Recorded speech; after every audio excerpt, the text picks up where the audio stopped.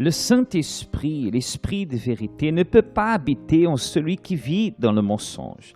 Je ne sais pas si vous avez remarqué dans la vidéo précédente que le Seigneur Jésus a dit, lorsqu'il a fait référence au Saint-Esprit, il a dit l'Esprit de vérité. Il a fait référence au Saint-Esprit comme l'Esprit qui est de la vérité. Quand vous cherchez le Saint-Esprit, vous ne pouvez pas vivre dans le mensonge.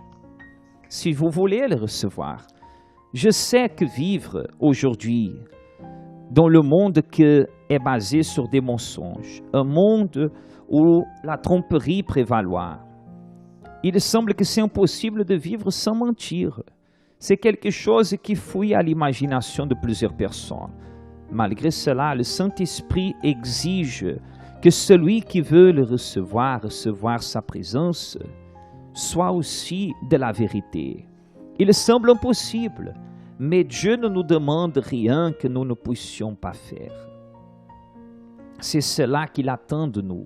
Rappelez-vous d'une chose, quand vous mentez, vous attirez un autre esprit vers votre vie. Vous attirez l'esprit de Satan, l'esprit du père du mensonge. Si vous voulez recevoir le Saint-Esprit, vous avez besoin d'évaluer votre vie et éliminer toute chose, toute racine de mensonge qui puisse encore exister en vous.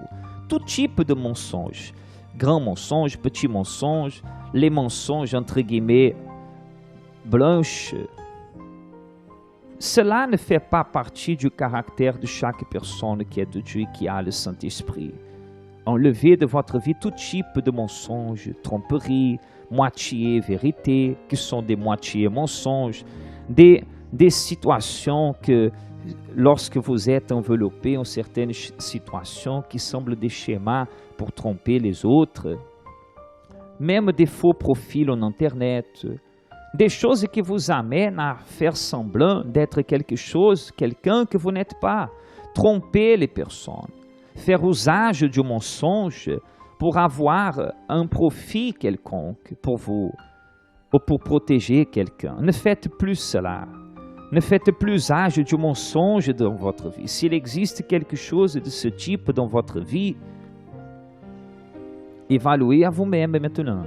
Vous allez faire une prière et vous allez abandonner tout type de mensonge. Et vous allez chercher l'esprit de la vérité.